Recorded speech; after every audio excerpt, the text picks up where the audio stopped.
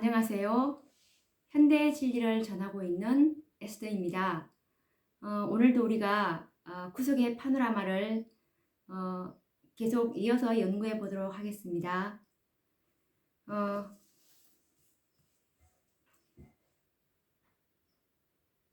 현대의 진리 연합 운동에서 이 집회가 열린다고 지난번에 제가 말씀을 드렸습니다.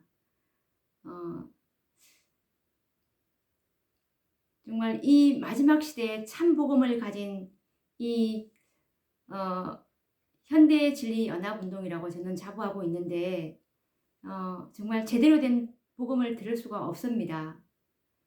그런데 이 지성소에서 비치는 이 완전한 복음을 정말 이 마지막 때 어떻게 해야 내가 구원을 얻으리까라는 그 불의지점이 있는 분들이라면 반드시 여기 오셔서 그 해답을 찾고 가실 것이라고 확신합니다. 정말 제가 봐도 모든 것이 준비된 그런 교회임을 저는 자부하는데요. 정말 누가복음 14장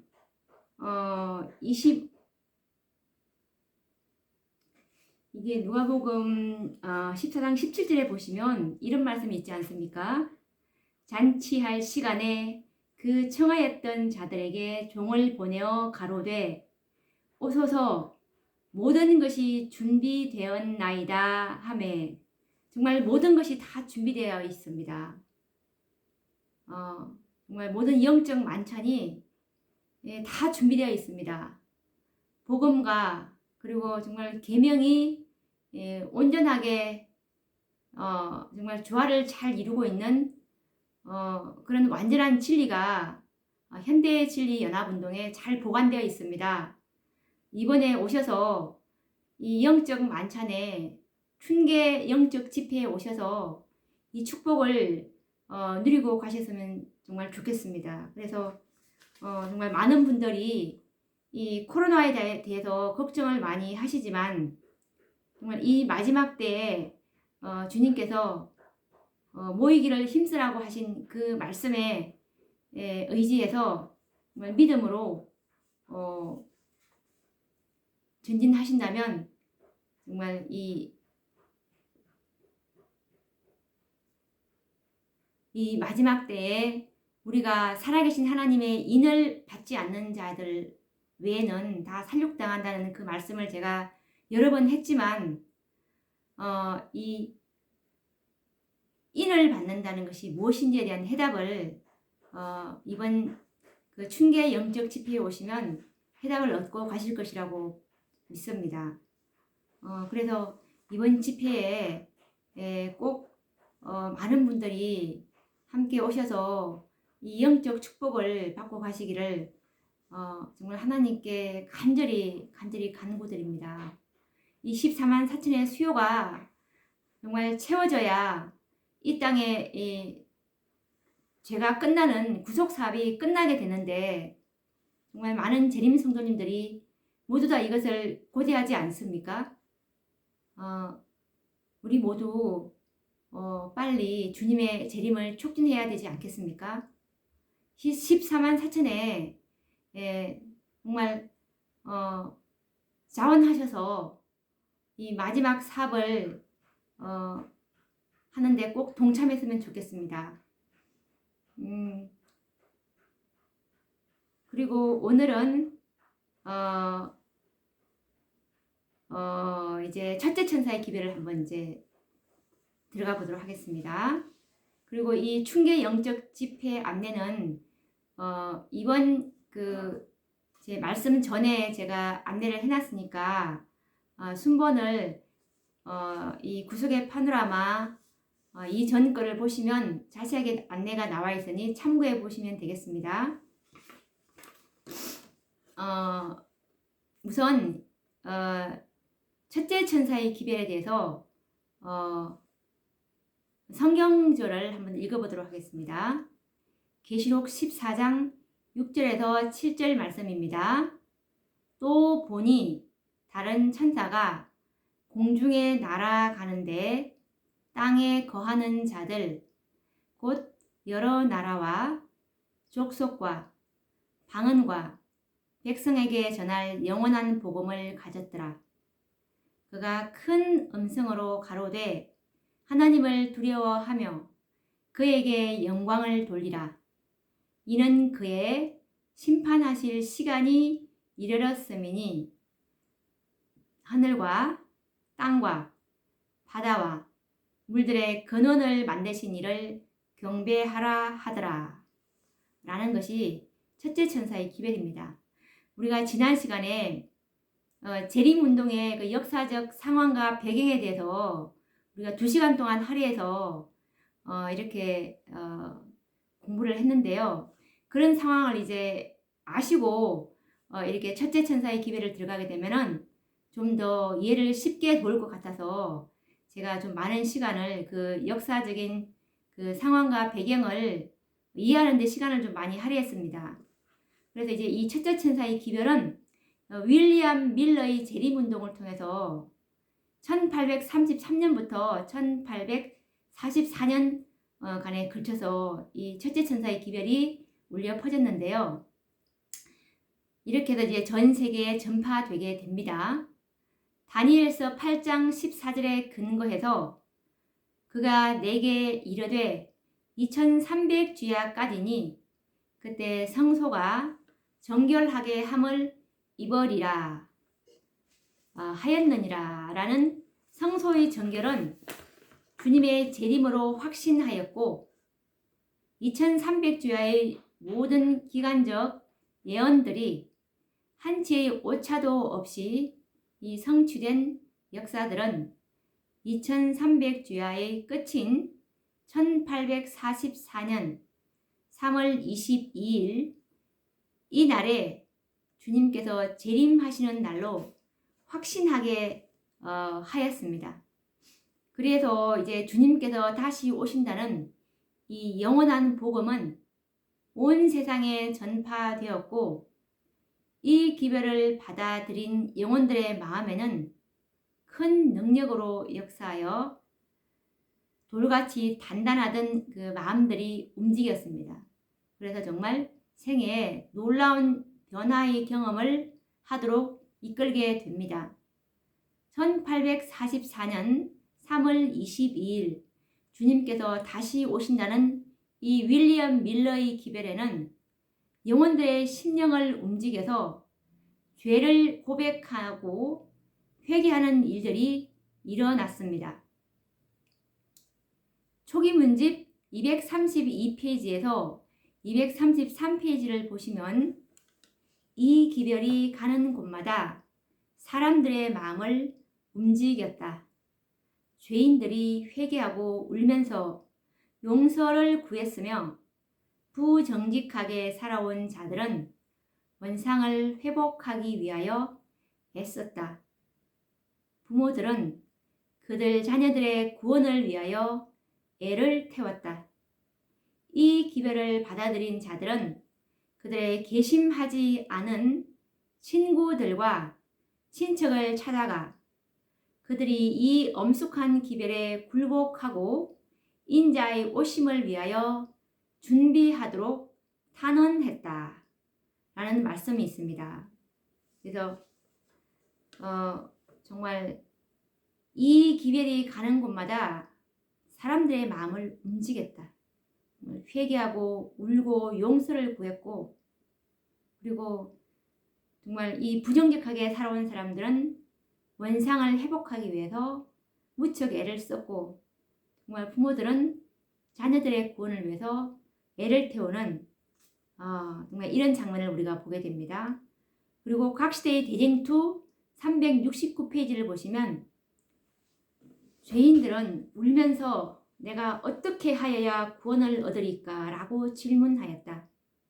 부정직한 생애를 하여온 사람들은 자기들이 입힌 손해를 보상하고자 열망하였다.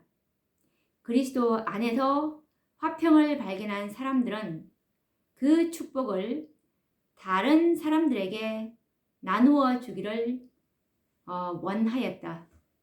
부모의 마음은 그 자녀에게로, 자녀의 마음은 그 부모에게로 돌아갔다. 자존심과 장벽은 없어졌다. 진심으로 죄를 고백하였고 가족들은 모두 가장 가깝고 가장 사랑하는 사람들을 구원하기 위하여 노력하였다. 이따금 가장 열렬하게 다른 사람을 위하여 기도하는 소리가 들렸다. 어디서나 통회하는 마음으로 하나님께 탄원하는 사람들이 있었다.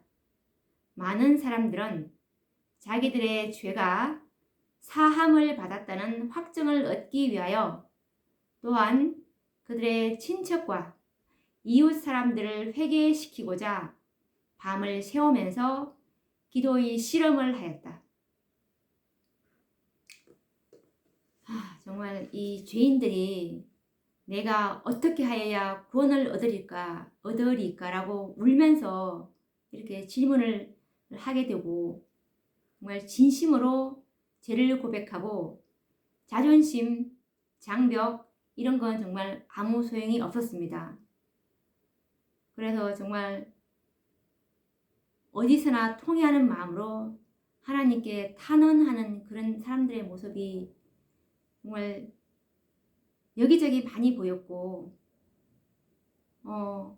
정말 이웃 사람들을 회개시키고자 밤을 새우면서 기도의 실험을 하는 그런 장면을 그때 그 상황을 우리가 느낄 수가 있습니다.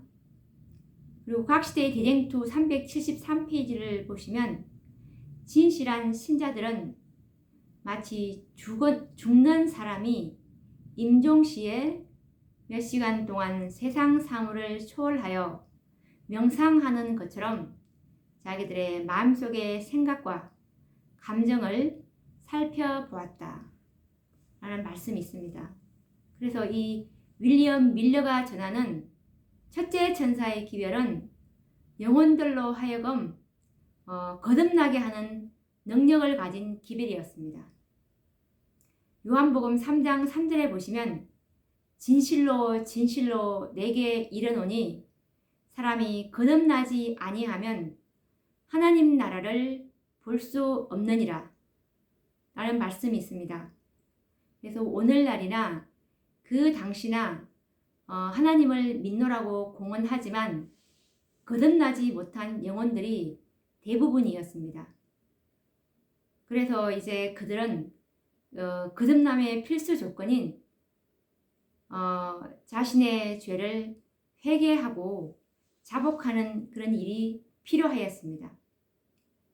철저하게 자신의 죄를 회개하고 자복하지 않는다면 그리고 또한 알고 있는 죄를 하나라도 용납한다면 아무리 믿는다고 하는 그의 공헌이 크다 할지라도 그 믿음이 구원을 가져다 줄까요? 그럴 수는 없는 것입니다. 결코 그 믿음이 구원을 가져다 주지 못합니다. 그래서 이 원고 148페이지를 보시면 이 말씀은 1897년도에 우리 선지자께서 쓰신 말씀인데 거듭남은 우리 시대에 좀처럼 보기 어려운 진귀한 경험이다. 이것이 교회 안에 어려운 일이 그토록 많은 이유이다. 그리스도의 이름을 가진 사람들이 성화되지 못하고 거룩하지 못한 사람들이 참으로 많다. 그들은 침례를 받았지만 산채로 장례를 치루었다. 자아가 죽지 않았기 때문에 그들은 그리스도 안에 있는 산 생명으로 일어나지 못하였다. 이 말씀은 화이트주석 로마서 6장 1절에서 4절 말씀에도 나와 있는데요. 정말 이 거듭남의 경험은 좀처럼 보기 어려운 진귀한 경험이라고 말씀하시고 정말 그리스도의 이름을 가진 사람이 성화되지 못하고 거룩하지 못한 사람들이 참으로 많다고 말씀하시면서 침례를 받았지만 산채로 장사를 지냈다. 이 말씀은 곧 자아가 죽지 않았기 때문에 산 생명으로 일어나지 못했다고 말씀을 하고 계십니다. 아무리 교회에 오래 다녔다고 할지라도 자아가 죽지 않는다면 그 무슨 소용이 있겠습니까? 그래서 이 첫째 천사의 기별은 먼저 하나님의 백성들에게 거듭남의 경험을 하도록 보냄을 받은 것이었습니다. 그리스도를 믿음으로 말미암는 거듭남의 경험은 진정한 회개의 경험이 없이는 이루어지지 않기 때문입니다. 그래서 오늘날 너무도 많은 그리스도인들이 완전한 회개의 경험도 없이 믿고 있으며 죄를 버리지 않으면서 하나님을 섬기고 있습니다. 비록 우리가 첫째, 둘째, 셋째 천사의 기별을 모두 믿고 있다고 하더라도 철저한 회개의 경험이 없고 숨겨진 죄가 있다면 아직 첫째 천사의 기별조차도 받아들인 것이 아닙니다. 그래서 빛과 어둠이 공존할 수 없듯이 죄와 의는 함께 공존하지 못합니다. 어둠이 있는 곳에 빛이 없는 것이 확실한 것과 같이 죄가 거하는 마음에 의는 결코 거하지 않습니다.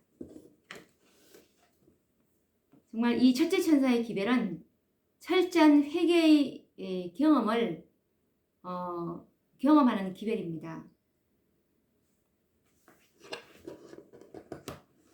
우리가 이런 그 철저한 회개가 아직 일어나고 있지 않다면 우리는 첫째 천사의 기별을 깨닫고 있다고 말할 수 없는 것입니다.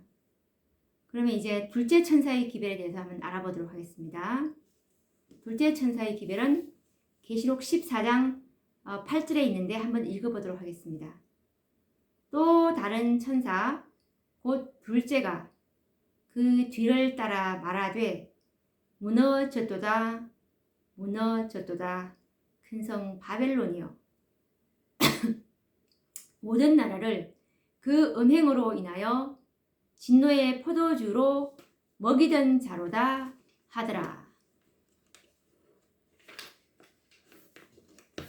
이 둘째 천사의 기별은 1844년 3월 21일 날 이제 그 윌리엄 밀러의 그 첫 번째 실망을 이제 맞게 되죠. 윌리엄 밀러가 시간을 정한 건 아니었지만 21일까지 이제 시간을 이렇게 정하게 되었습니다. 어떤 한 특정한 날이 아니고 그렇게 해서 이제 1844년 3월 21일부터 10월 22일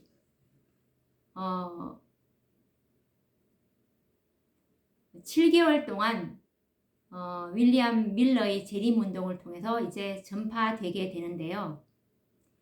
1844년 3월 21일 주님께서 오신다는 그 재림운동은 주님께서 그날 오시지 않음으로 이제 실망하였으나 윌리엄 밀러와 그의 동조자들은 다시금 말씀을 연구하고 검토하는 과정에서 이제 실패의 이유를 발견하게 되었습니다.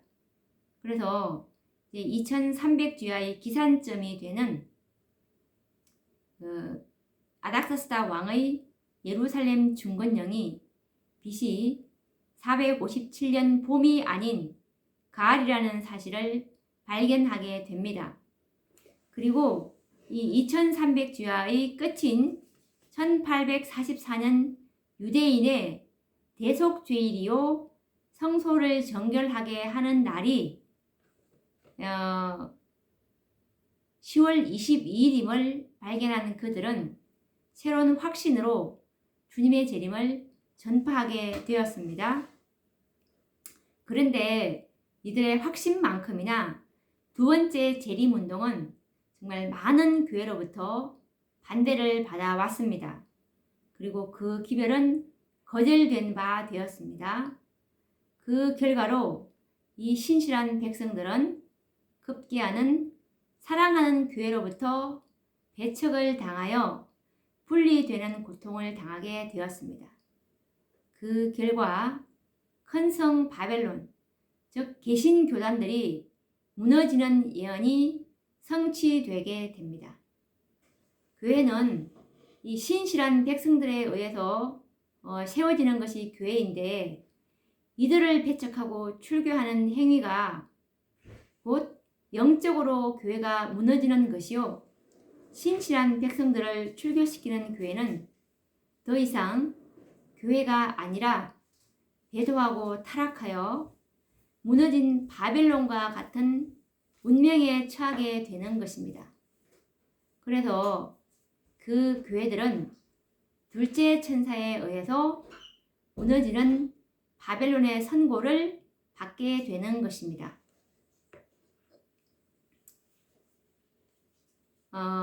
이와 관련된 말씀은 각시대의 대쟁투 380페이지를 읽어보도록 하겠습니다.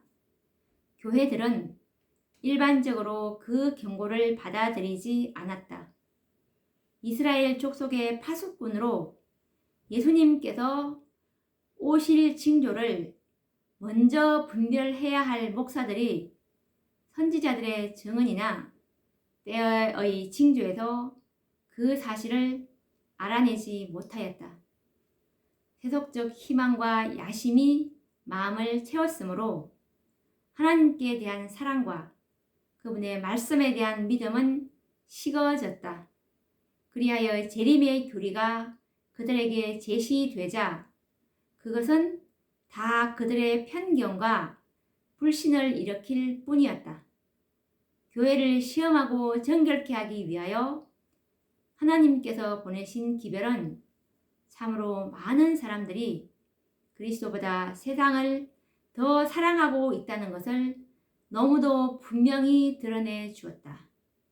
라는 말씀에서 정말 목사님들이 먼저 이 파수꾼으로서 이 경고를 받아들여야 되는데, 이들이 이것을 알아차리지 못했던 이유가 그들의 마음이 세속적 희망과 야심으로 가득 차 있었다고 했습니다. 그래서 정말 하나님께 대한 사랑과 하나님의 말씀에 대한 믿음이 식어졌다고 합니다.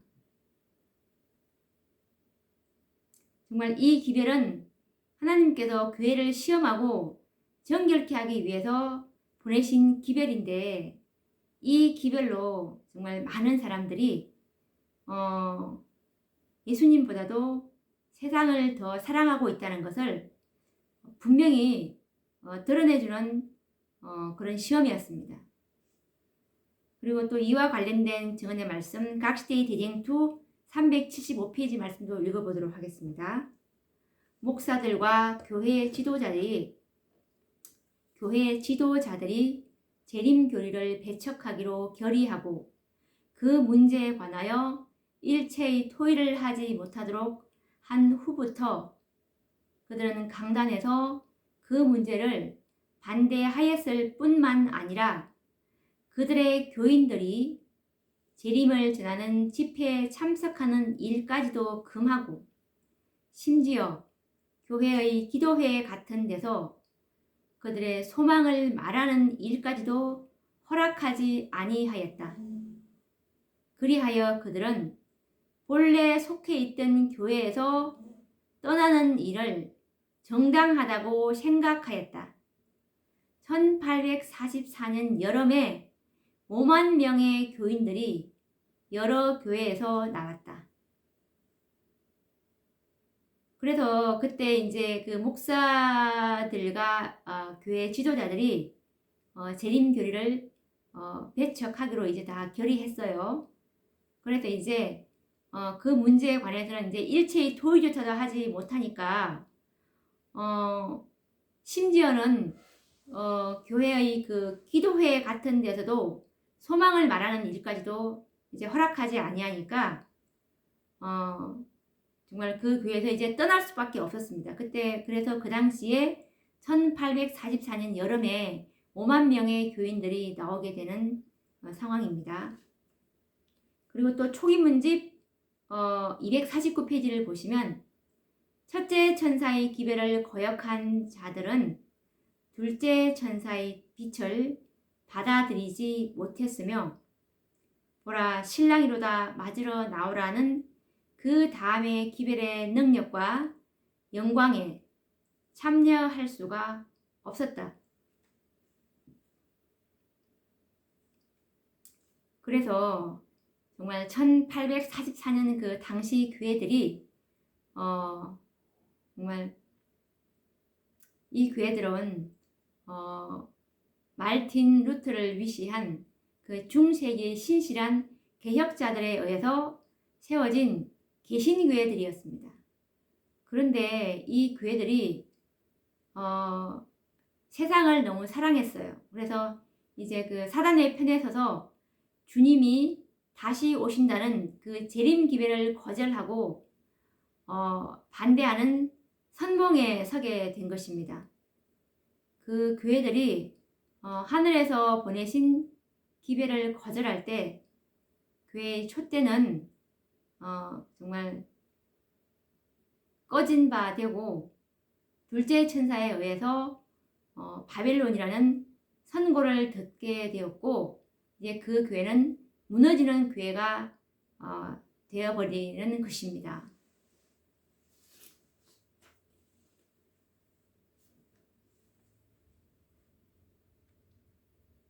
이와 관련된 증언의 말씀 각시대의 대쟁2 382에서 383페이지 말씀을 읽어보도록 하겠습니다.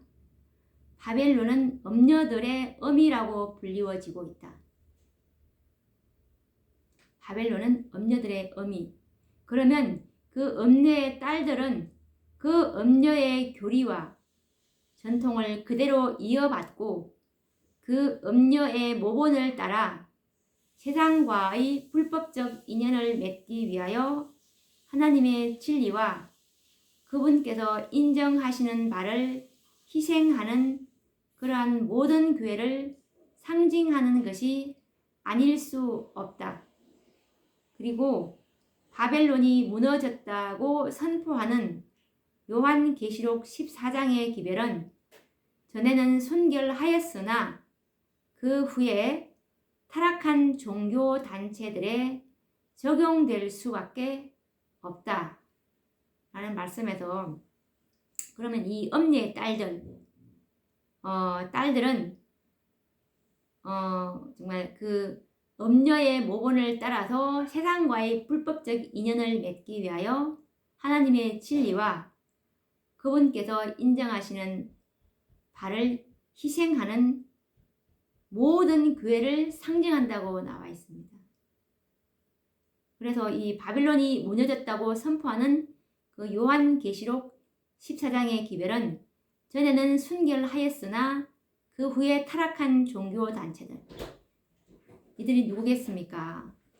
정말 이 첫째 천사의 기별을 거절한 그 당시의 개신교회들이 하나님의 교회였어요. 이 첫째 천사의 기별을 거절하기 전에는 그래서 이제 그들은 기별을 거절하고 하나님의 백성을 출교시킴으로 인해서 정말 그 바벨론이라는 선고를 받을 수밖에 없는 촛대는 꺼져버린 그런 상황을 우리가 볼 수 있습니다. 그리고 각시대의 대쟁투 383페이지를 보시면 많은 개신교회들은 로마교가 땅의 임금들과 불의의 관계를 맺은 그 본을 따르고 있는데 국교들은 나라의 정부와 손을 마주 잡고 그 밖의 다른 교파들은 세상의 총애를 받고자 애를 쓰고 있다. 그리하여 바벨론 곧 혼잡이라는 말은 그런 모든 단체들, 다시 말하면 그들의 교리가 성경에서 나왔다고 하면서도 오히려 말할 수 없이 많은 수요의 교파로 나뉘어지고 각각 서로 용납할 수 없는 신조와 이론을 가진 그 여러 단체들에게 적용되기에 꼭 알맞다. 소위 로마 교회에서 분리되어 나왔다는 교회들이 오히려 세상으로 더불어 죄악적인 결합을 계속할 뿐 아니라 그들 스스로가 로마 교회의 다른 특성들을 나타내고 있다. 정말 이 개신 교회들이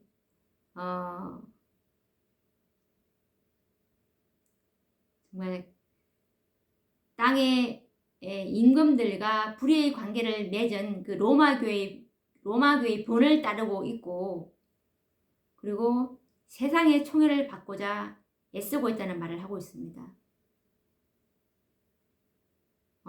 그래서 정말 그들이 정말 많은 교파로 나뉘어지고, 그리고 서로 각각 다른 이론과 신조를 가지고 있죠. 그렇기 때문에 이들이 바벨론이라는 그런 말을 적용하신 것이 너무나 당연한 것으로 이렇게 보고 있습니다. 그리고 나서 이제 이 둘째 천사의 기별, 이제 첫째 천사의 기별이 이게 실망으로 끝났죠. 그래서 이제 이 첫째 천사의 기별이 실망으로 끝난 후에 1844년 이제 10월 22일 날 예수님이 다시 오신다는 그 결론을 이르기까지는 이게 수개월이 걸렸습니다. 3월 21일에서 21일에 내 실망을 이제 했으니까 얼마나 걸렸어요? 한 거의 7개월에서 8개월 정도 걸렸습니다. 그래서 이제 자신들의 과오를 깨달았을 때는 그리스도의 재림은 불과 이제 얼마 남지 않았죠. 2, 3개월밖에 남지 않았습니다. 그래서 1844년 10월 22일을 주님께서 오시는 날로 확신한 그들은 한정되고 짧은 기간밖에 없다는 사실을 깨닫고 그들은 거의 초인간적인 열심과 노력으로 기별을 전파하였습니다. 이들의 믿음과 노력에는 하나님의 능력과 성령의 감동하심이 함께 하였고 하늘의 천사들도 함께 하였습니다. 그래서 그 결과는 열처녀의 비유 가운데 밤중에 보라 신랑이로다 맞으러 나오라 하고 외쳤던 것처럼 첫 번째 재림운동의 실패와 실망으로 잠잠하던 재림운동이 밤중에 갑자기 보라 신랑이로다 라고 소리가 외쳐진 것처럼 재림운동이 큰 능력으로 다시 외쳐지기 시작한 것이었습니다. 그래서 이 운동을 밤중설이라고 하는데요. 초기 문집 238페이지를 보시면 둘째 천사의 기별은 세계 각처에서 빛을 발했으나 그 외침은 수많은 사람들의 마음을 녹였다. 그 기별은 도시에서 도시로, 마을에서 마을로 번져나가 하나님을 기다리는 자들은 모두 깨우침을 받았다. 이 기별은 믿는 자들로 하여금 마음속을 살펴보게 하였고 스스로의 산 경험을 맛보도록 하였다.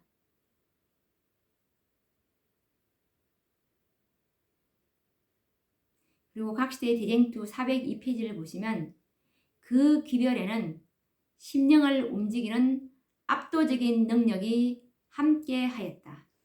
이 밤중 소리의 기별을 지금 설명하고 있는 내용입니다. 그래서 이 첫째 천사의 재림 운동 가운데서는 정말 열광적인 기쁨과 희열 가운데서 재림 기별을 전하였는데 이 둘째 천사의 기별은 정말 두려움과 떨림으로 전하게 되었습니다. 왜냐하면 불과 이제 3개월 앞으로 다가온 주님의 재림은 그들의 마음을 너무도 엄숙하게 만들었으며 정말 열광적인 기쁨과 환희에 도취되는 것보다도 오히려 엄숙한 두려움과 거룩한 의무감으로 그들은 압도되었기 때문입니다. 그래서 불과 이제 이 3개월 동안에는 이 엄숙한 기별을 온 세상에 전하여야 하였기 때문입니다. 그래서 이제 그들은 정말 초인간적인 노력과 열심으로 하늘의 능력이 함께 하였고 하늘의 천사들이 그들을 도와서 짧은 기간 안에 재림 기별은 온 세상에 이제 전하여진 바가 되었습니다. 이것이 바로 이 늦은비의 전형인데요. 각 시대의 대쟁투 401에서 401페이지 말씀을 보면 이와 관련된 말씀이 있는데 읽어보도록 하겠습니다. 거기에는 열광적인 기쁨은 별로 없었고 오히려 마음을 깊이 살피고 죄를 고백하고 세상을 버리는 일들이 있었다. 주님을 만나기 위한 준비는 그들의 번민하는 마음에서 떠나지 않는 부담이었다. 그들은 끈기 있는 기도와 확고한 헌신을 주께 드렸다. 열광적인 환희는 없었다. 그런 일은 미래에 속한 것으로 하늘과 땅이 말할 수 없는 기쁨과 영광으로 충만하여질 그때를 위하여 남겨두었다. 또한 즐거운 환호성도 없었다. 그것 역시 하늘에서 환호성을 올릴 때를 위하여 남겨두었기 때문이었다. 노래하는 사람들도 잠잠하였다. 그들은 하늘의 찬양대, 곧 천사들의 무리와 연합하기를 기다리고 있었다. 의견의 충돌이 없었고 모두 한 마음과 한 뜻으로 뭉쳐 있었다. 정말 재림이 코앞에 다가왔는데 어떻게 이러지 않을 수 있겠습니까? 정말 의견의 충돌이 없었고 모두 한 마음과 한 뜻으로 뭉쳐 있었다. 그래서 이 정말 첫째 천사의 경험은 칭의와 이 거듭남의 경험으로 비유될 수 있고 정말 거기에는 기쁨과 희열이 넘쳤고 구원의 즐거움이 충만하는 가운데 기별을 전파하였는데요. 그런데 이 둘째 천사의 기별을 전파하는 가운데는 그런 기쁨과 희열보다는 정말 빌립보서 2장 12절 말씀처럼 항상 복종하여 두렵고 떨림으로 너희 구원을 이루라는 그 말씀을 성취시키는 성화의 경험으로 백성들은 인도받았습니다. 그래서 이들은 이제 둘째 천사의 기별을 통해서 믿음으로 말미암는 성화의 생애를 경험하였습니다. 정말 세상을 완전히 포기하는 경험과 죄와 죄인들에게서 분리된 그들의 거룩한 생애는 오늘날 그 성화의 생애를 살아가는 성도들의 모본이 되기에 정말 충분합니다. 그래서 오늘날 정말 어떤 사람들은 정말 믿음으로 구원받았으니까 기뻐하고 즐거워해야 한다는 그 미명하에 마음을 찢는 회개와 전심을 다하는 순종하는 생애도 없이 정말 경박하게 세상과 더불어 살아가는 그런 그리스도인들과는 전혀 다른 경험이었습니다.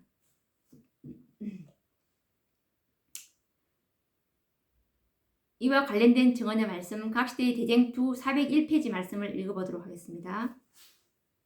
그 운동은 각 곳에서 하늘에 계신 하나님 앞에 마음을 깊이 살피는 일과 심령을 겸비하게 하는 일을 일으켰다. 그 운동은 세속적 사물에 대한 애착을 버리게 하였고 다툼과 원한을 화해하고 모든 잘못을 고백하고 하나님 앞에 굴복하고 하나님께로부터 용서와 간합하심을 얻기 위하여 회개하고 통회하는 마음으로 그분께 탄원하게 하였다. 그것은 우리로 하여금 일찍이 경험하지 못했던 겸비와 완전한 순종을 하게 하였다. 왜 안 그렇겠습니까?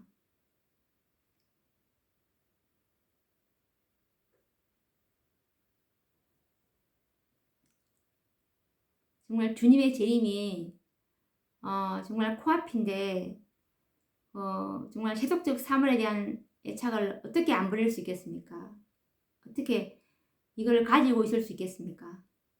정말로 주님의 재림을 사모한다면, 영생에 대한 정말 확고한 소망이 있다면 이것은 아무것도 아니잖아요. 그래서 이제 다툼, 원한 이런 건 아무 의미 없습니다. 그래서 잘못을 고백하고 정말 회개하고 통회하는 마음으로 그분께 내가 회개하지 않고 자복하지 않는 죄가 없을까라고 얼마나 그 심령을 살피겠습니까? 그래서 거듭난 영혼들은 반드시 우리가 세상의 애착을 버리고 겸비한 마음으로 말씀을 순종하며 살아가는 그런 성화의 생애를 살아야 합니다. 그래서 전심을 다하여 그의 나라와 그의 의를 구하며 살아가는 그런 생애가